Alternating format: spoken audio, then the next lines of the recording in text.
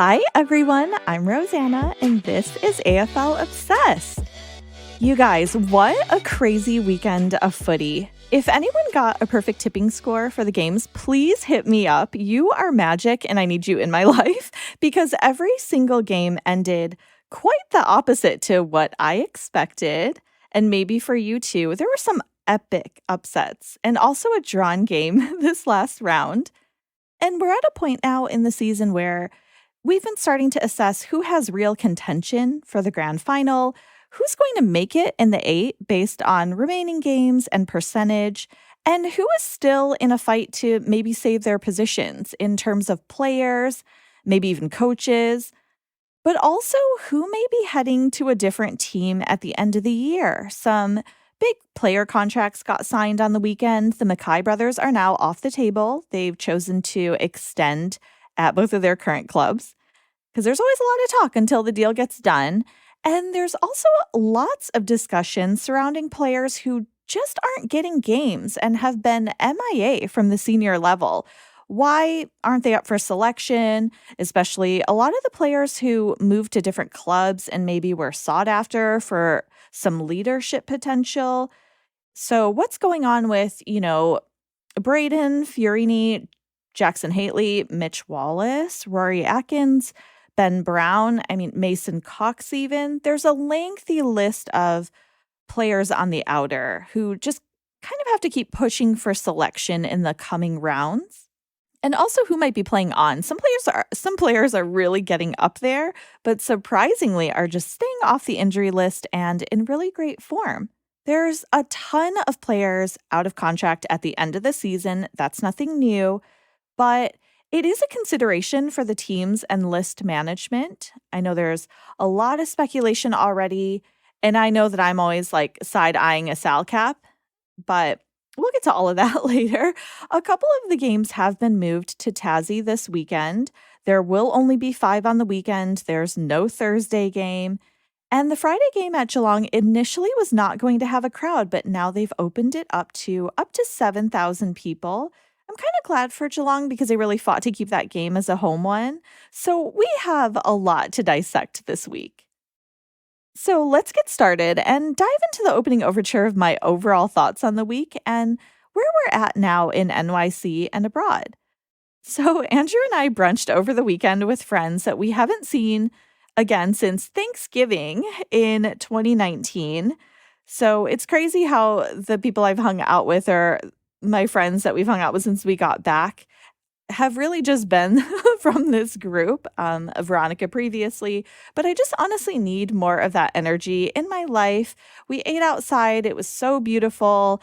And I'm just really excited about the summer that's to come and kind of everything that's going to follow with just getting together with more and more friends. And New York has officially hit a reopening milestone.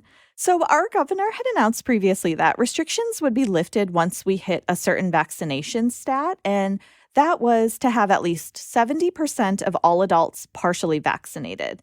And we reached that. So, our governor announced yesterday that all social gathering, like limits, any capacity restrictions, social distancing, all these words we love to hear, and really any health screening or cleaning and disinfection protocols and contact information for tracing has all been eliminated, effective immediately, meaning that we can now, quote unquote, return to life as we know it. Considering that the state has gone from the highest COVID positivity rate in the country, it's pretty surprising. I don't think any of us will ever forget what we went through. So, emotionally it hits different, but there was a long period where we just didn't know if we'd get here and the future didn't look bleak. It just looked, maybe blank for some of us. But to celebrate the milestone, there were fireworks across the state last night that doubled as a salute to our essential workers. And some of our landmarks were lit blue and gold in honor of reaching the stat. So we're basically just not in our homes anymore, disinfecting everything in sight. And federal restrictions are still in place for like public transit, schools, and hospitals. But all of the remaining indoor capacity limits and anything like health screenings for offices, theaters, restaurants, they're all optional now, which is kind of amazing. And also, on a separate note, Disneyland is now allowing like fully vaccinated guests to attend the park maskless as of yesterday, too. So I just really feel like both ends of the states, we're just kind of driving towards this really positive direction. And I'm just really excited for everything that's to come for us because we've got like, a whole half of a year. As for what's going on in Melbourne, restrictions are easing again. So it's kind of exciting. There are still some caps in place in terms of capacity for gatherings, but it is exciting to think that maybe there will be crowds at footy again in Melbourne. And now we're on to Act One with AFL headlines and highlights.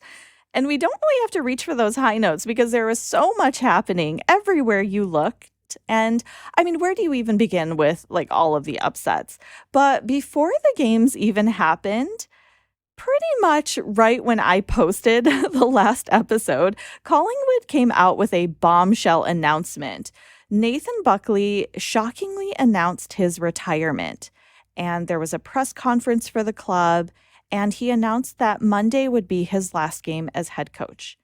So, right off the bat, I mean, a coach steps down mid-season, and after the weekend of a win, obviously you jump or you're pushed, but it was definitely something that we all had to kind of like break down and look into. And when we started the season, there is no way that I could fathom that both Eddie and Bucks would be gone by the buys. And if you told me that, I mean, maybe I would have been like fake news, but it also means that he's played a lot of games and coached a lot of games and never won a premiership. But regardless how you feel about him, there's something there for someone who fights that hard for a club. And I would just like to point out that he did win a premiership as an assistant coach. So that counts to me. So before we even got to the game, there was all this drama. And we've talked previously to an extent about what's been happening behind the scenes at Collingwood. So maybe this will be a further opportunity to kind of organize all of that and figure it out before the remainder of the season and before the end of the season, really. So we'll go ahead and just start with the biggest blowup of the weekend on the field. And that was the Melbourne versus Collingwood game, which was, I think, a shock to all of us. It was Buckley's farewell game, and I told Andrew before the start of it that I really thought it was going to be one of the toughest games yet for Collingwood because I knew the boys really would want to win it for their coach and kind of have him go out in style and with a bang. But they were also playing the top of the ladder team, and it was going to be really difficult because Melbourne had only conceded one game before that. But Collingwood was actually leading slightly after the main break, and they actually carried a 5-point lead into the final quarter, which we all noticed, oddly enough, was the number that Nathan Buckley wore when he played for the Pies. And then they ended up kicking more goals beyond that. But Collingwood ended up taking the game by 17 points. So it was a really great way to just kind of send off your coach.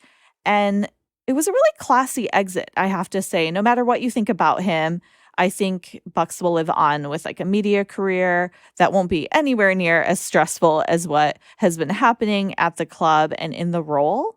But absolutely like a game to rewatch again and again if you haven't seen it already. And there's just so many things that I could kind of get into, but really,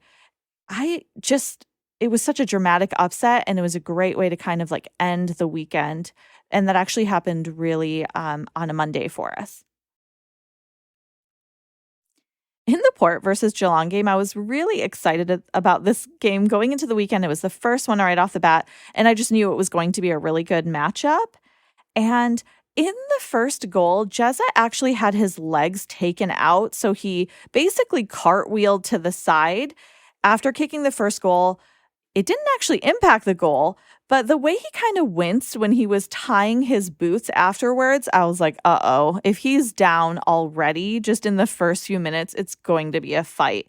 But he actually ended up being fine. And that's what's always so crazy about these falls that these guys take. It doesn't matter what happens, they just kind of get back up and, kick goals all over again. And Port actually looked in top form. Rosie looked absolutely dangerous. It was really great to see Dangerfield back. But at one point, Geelong was down by 21 points. But honestly, there was just no need to worry because with Jezza and Tomahawk kind of being the bookends of the club as forwards, I think in the last term, they were just kind of side by side running towards a goalpost. And just the satisfaction of seeing them in that positioning is just something that I think every team wants. But for being behind by 21 points, they actually ended up winning by 21. And it was just like a really great moment for everyone. And I'm just so looking forward to what they're able to do this weekend. And I think they are actually still great contenders and they could take it all, frankly, for the remainder of the season. I've always said, too, that Aussie footy is a lot like Quidditch without the broomsticks and a little physics. And the coolest moment actually in this game was when Kane Farrell for Port kicked a banana from the pocket as a left footer, kind of defying the laws of physics and just getting this goal to kind of go through. And I mean, he even looked completely surprised and taken aback that it actually went through. And I actually think that that might be up for goal of the year. So check that out if you haven't seen it.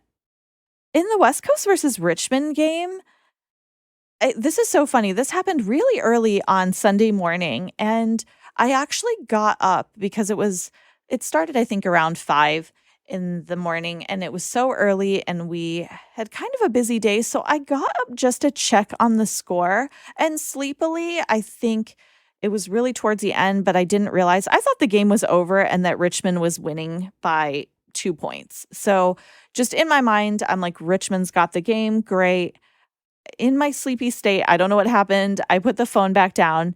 And then later on, Andrew was like, "Did you see the last few minutes of that game? Oh my gosh." And I'm like, yeah. Richmond took it. Can't wait to do the rewatch, which turned out to be something else entirely. So West Coast actually beat Richmond by 4 points, which is crazy. Another really great game with a ton of moments, but my favorite moment really happened in the last minute when Liam Ryan is just running along the boundary at full speed with all the pressure. Someone is chasing him, and he just scoops up the ball so cleanly and snaps it immediately to Kennedy, who kicked the winning goal. I got to ask, I got to question if that was 15 to him, but I do have to say that that was just another great rewatch. Again, completely unexpected. Check it out if you haven't seen it. And I just want to mention that Freo beating the Suns by 27 and Hawthorn beating Sydney by 38 points, pretty big surprises. And Adelaide beating St. Kilda by 6, even though the Saints had a 36-point lead, like 0 to Adelaide at the beginning. So there is a lot of speculation that two very important players from their side, Seb Ross and Tim Membry, two senior players, left before the game on Saturday for personal familial reasons. So I hope everything's okay. All the best to them.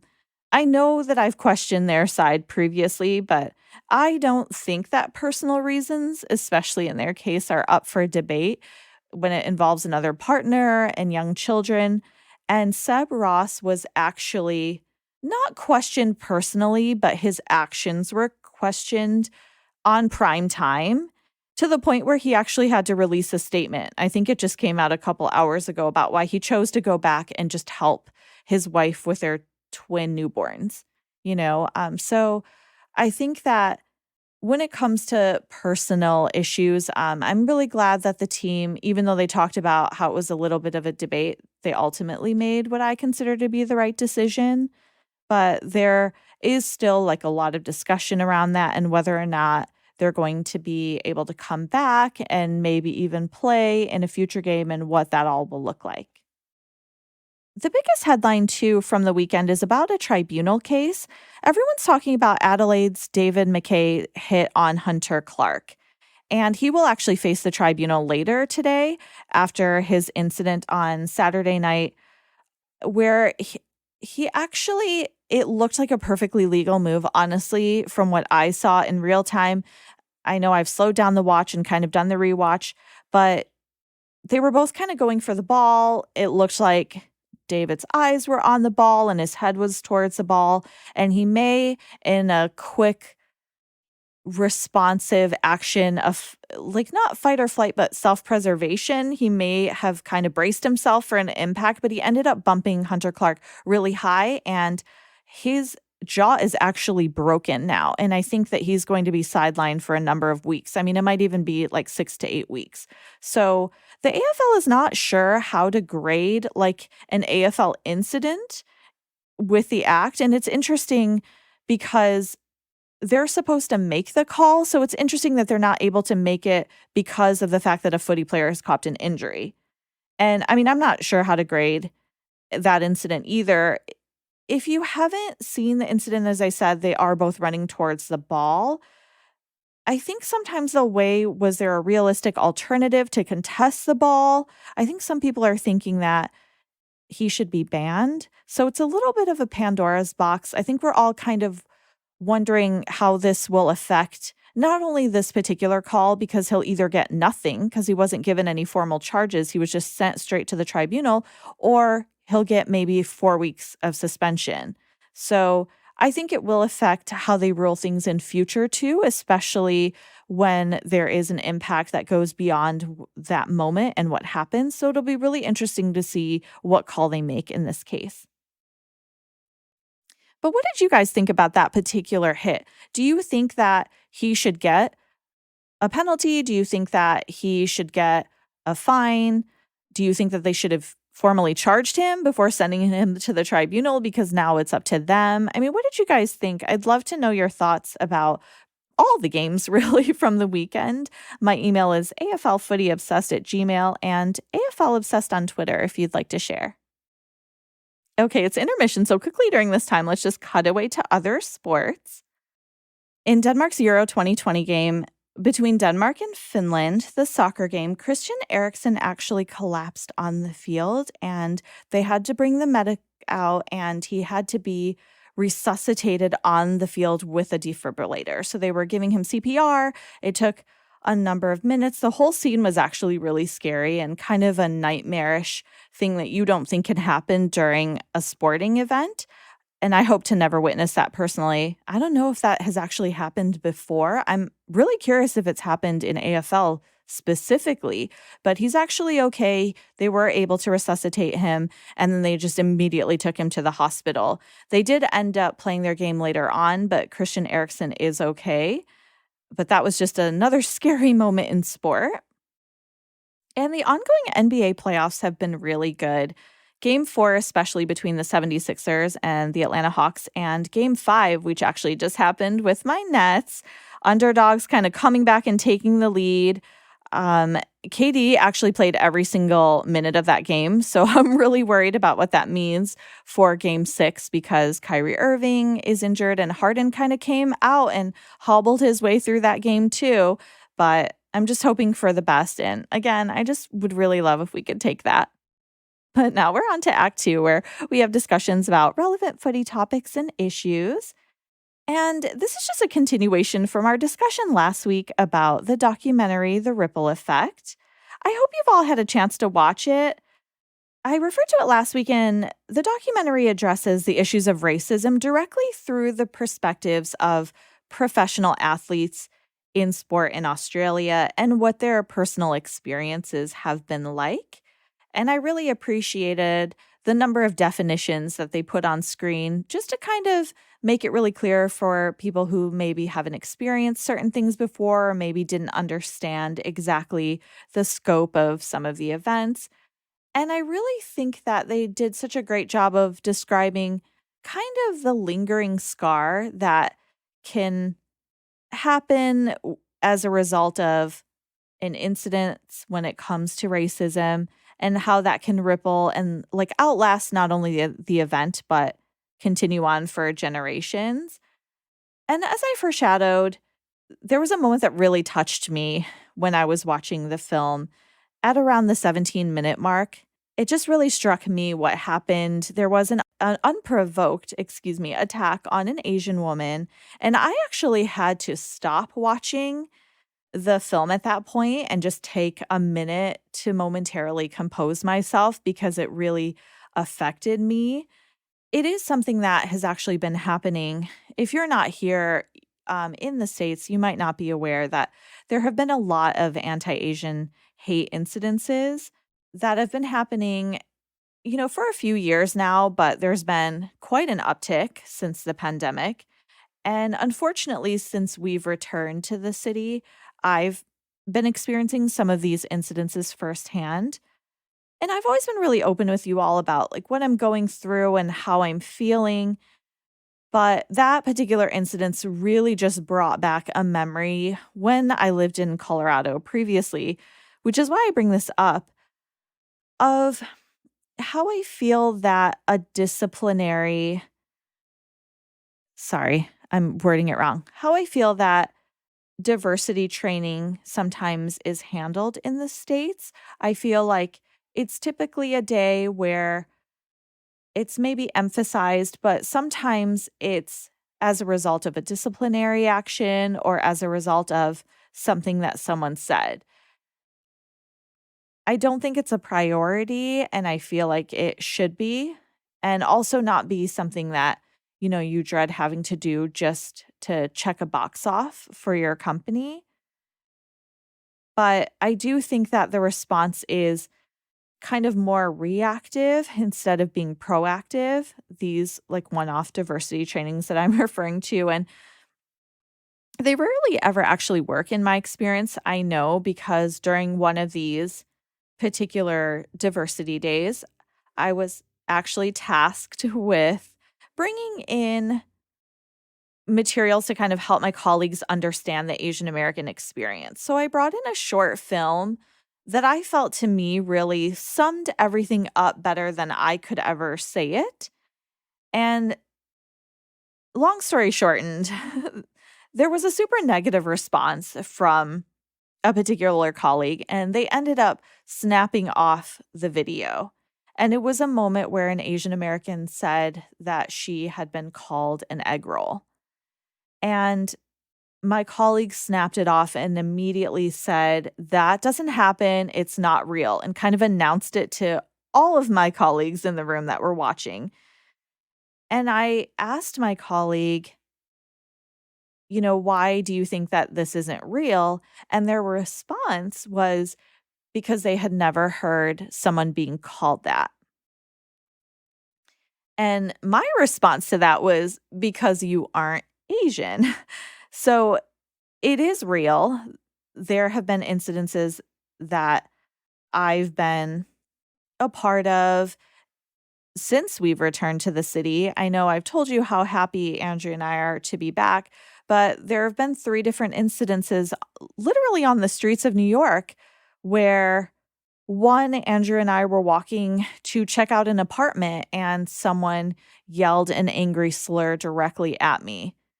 And the second time was when we were with a group of people. There were six of us in total, and my friend was visiting. So we were all kind of hanging out, and there were a number of us who are Asian American in the group. And someone threw a bottle at our group at the smallest girl in the group's head. We didn't know that the bottle was empty, but it was still just a very shocking experience to walk around and have someone try to strike us, and just completely unprovoked. And the third time was when Andrew and I were just walking around enjoying the evening, heading to dinner, and someone again yelled at us. And I honestly don't respond only in 2 incidences, and that's actually in a professional environment, but the other one is on the streets of New York because I honestly don't know if the person will get even more angry or more violent or if they'll have a weapon. So, it's really difficult to move on from things like that because there's an inciting incident that makes you just wanna stop everything that you're doing, and it makes you stop everything you're doing, but it's really hard to kinda just move on and not continue to think about or really even give you, like, a low level of, like, anxiety, fear, or any type of emotional response because it's just not something that I leave my home expecting to happen. And as I said, if I'm in a professional setting, I think it's even worse or even more difficult to kind of have to keep your emotions in check. And so the documentary addressed, what's the worst you've ever been copped and what's the worst you've ever copped in terms of a racist remark. And in a professional setting for me, I guess, there was an instance where someone came into my place of business and it's just that energy where a man walked in and just immediately sucked all of the energy and all of the oxygen out of the room and just took up all the space. And I knew that it was probably going to be a difficult interaction. And he kept making minor comments that were really disparaging towards Asians, I think to get some kind of a rise out of me or maybe to provoke some kind of reaction to maybe see if I would respond in a certain way. And honestly, it's so difficult to pretend like something isn't happening or try not to pay attention. I can't really shut him down in a neat way. And I was trying to just compose myself to continue on with my day. I mean, he's not even someone I really have to interact with. He was just there and kind of in my face. And I was trying to move away and kind of get out of the room so that I wouldn't have to interact with him any further, just so that I could remove myself from maybe saying something I would regret. And he asked me a question that just kind of floored me. And he asked me who my mother slept with in the military so that she could get into this country, which was something that was so shocking and for people to make an assessment. It's so difficult to hear someone make an assessment about someone they don't even know. And what actually, similarly along those lines, was someone else said something very similar to that. But the second time someone asked me that question, it was who I had to sleep with in order to get a good gig in the country. And it's just, it's really disappointing. It's really hurtful. It's really unnecessary. I think there is a perception sometimes here in the US when it comes to Asian Americans that kind of that model minority sense that you'll hear that we may be high achieving, we make lots of money, so nothing should be bothering us. You don't have any hardship. And if you don't have multiple Asian people in your life or interactions with different kinds of Asians, that may be your impression. But that's actually not always the case. And especially here in the US, it's not the case, as I said, in a professional environment. There have been other incidences, obviously, but we don't have to get into all that. What I am saying is it is a very real thing that happens. And it's such a deep thing that I think takes so much sustained work and belief and action to kind of right and change. So if we want to see real lasting change, it's not going to be through just one conference or one workshop or even like one documentary or policy. I think that it really has to be a consistent thing to kind of take root as deeply as racism has, where we really need like an equal force going in the opposite direction. And I almost think it's like conditioning your body, almost like footy training, where it's an exercise that takes more than one season to get to be like a team that can win at this if we want to as a community or country. I think we have to have almost like a consistent regimen where we question certain things, we have certain discussions, and I think we would be better off in the long run, both morally and financially, to just be more inclusive and more welcoming and more open minded, not just in the AFL, not just in a professional environment, but also like in society. And I think if you're as excited as I am about the continued growth of the sport, to just really have it be more inclusive is really how I think we can all get better. Whew. Okay. If you got through that with me just now, know that that was not easy to get through. Think about the big freeze and let all of that just slide right off of me. So now it's the after show since there is no wrap up this week after such a long discussion. The Big Freeze 7 happened on early Monday morning. During halftime, the game was actually at the SCG, but they set up the slides at the G. And it's a really fun and important annual event. I've mentioned it before, but I just wanted to talk about my favorite sliders. So, my favorite slider this year was Sarah Jones. I really adore her. She's always been one of my favorite sportscasters on Fox Sports. And she was Mary Poppins, complete with props and everything. I really loved her little kind of dance that she did at the beginning. But I really love seeing sportscasters' personalities. She's, as I've said, one of my favorite people to watch, and she's just so composed and polished. And it was really great to see her kind of in front of the camera in a different way. And for honorable mention, I have to say Abby Holmes as Dipper and Gil, the CEO. I have to admit, I just appreciate he's down to always support. And he actually dressed up as Meatloaf. So there was a Meatloaf moment a while ago. I'm not sure if you're aware. I think all AFL fans know of this moment, but for anyone new to the sport.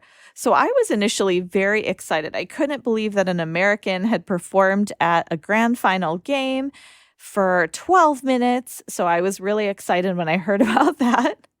And I'm sorry that I ever watched the video. So I'm not recommending it. I'm just saying it happened. If you ever want to physically hear hopes and dreams and inspirations die in a musical sense, maybe you'll want to see this rewatch on YouTube. I think you can still find it there. Meatloaf actually, a few years later, gave an apology to all Australians for his underwhelming performance. I actually never talk about this. It's not something I recommend to anyone who's new to the sport either. So just disregard all of the above if you are new to the sport.